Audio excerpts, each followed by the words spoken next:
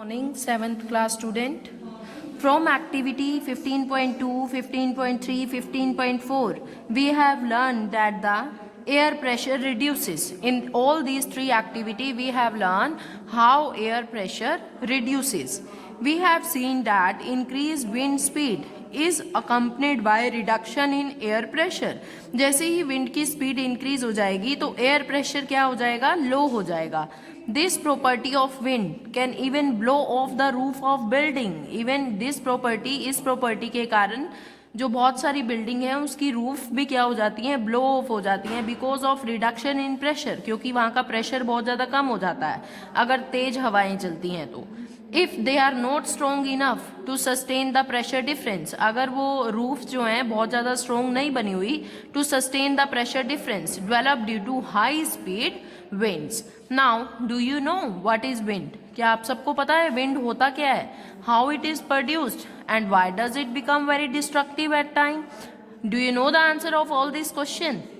Yes, I am telling you. When air moves, it is called wind. That is, the moving air is called wind. Moving air is called wind. But why does air move? But air move क्यों करती है? Air move from a region of high pressure to a region of low pressure. Why air move?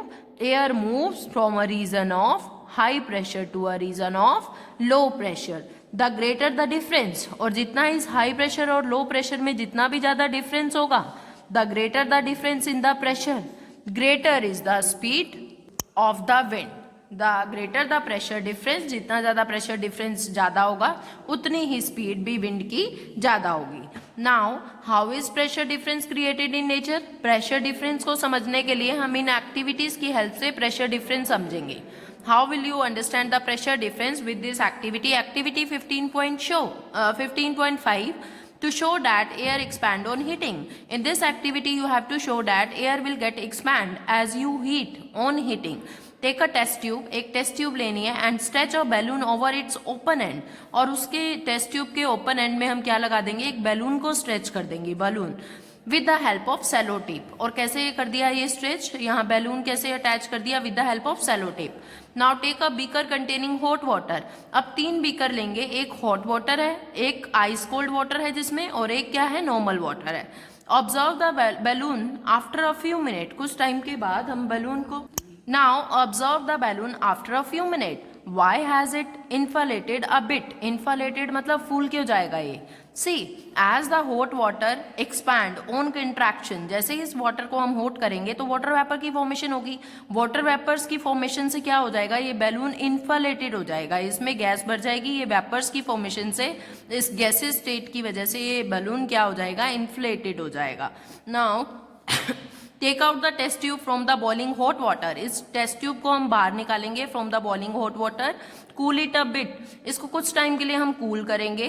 Put it into a beaker containing crushed ice. उसके बाद इस test tube को हम कहाँ डाल देंगे बेटे, एक बीकर में डालेंगे जिसमें क्रश्ड आइस होगी, मतलब ठंडा पानी होगा.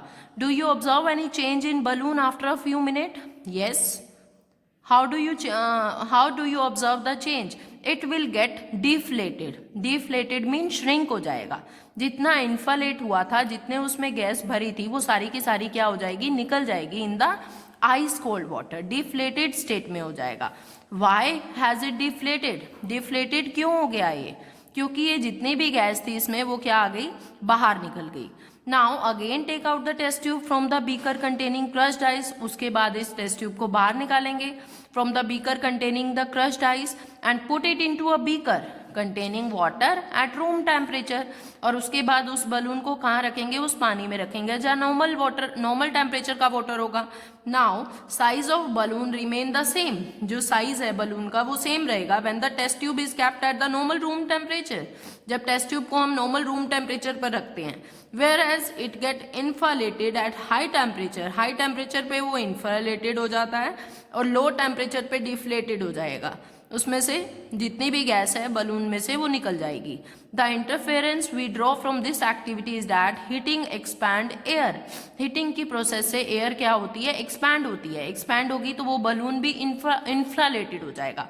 Bye cooling contracts it. और कूलिंग की प्रोसेस से क्या होती है, वो बलून कॉन्ट्रैक्ट हो जाएगा. नाउ Have you observed? You might have observed that it is hard to open a new jam bottle. आपने बहुत बार ऑब्जर्व किया होगा जो न्यू जैम की बोतल लाते हो घर में, that is very hard to open. The jam is not. The jam is very hot when it is put into the bottle. The jam is in very hot condition when we put the jam into the bottle. As a result, the air inside the jar get expand. तो जितना भी वो गरम jam को अगर हम उस bottle में डालेंगे तो वहाँ की जो जार की जो एयर है वो एक्सपैंड हो जाएगी, replaced by the water vapour, और वहाँ वाटर वेपर भी बन जाएंगे। और जब वो जैम कूल हो जाएगा, एयर प्रेशर वहाँ का कम हो जाएगा, वाटर वेपर कंडेंस हो जाएंगे, reducing the pressure even more, और वहाँ का प्रेशर बहुत ज़्यादा कम हो जाएगा। तो प्रेशर डिफरेंस की वजह से that pushes the lid tightly, और वो लिड जो है, जो ढक्कन है, वो टाइटली क्लोज हो जाता है and make it very difficult to open it. I think this topic clear to everyone. Further we will continue our topic in next video. Thank you.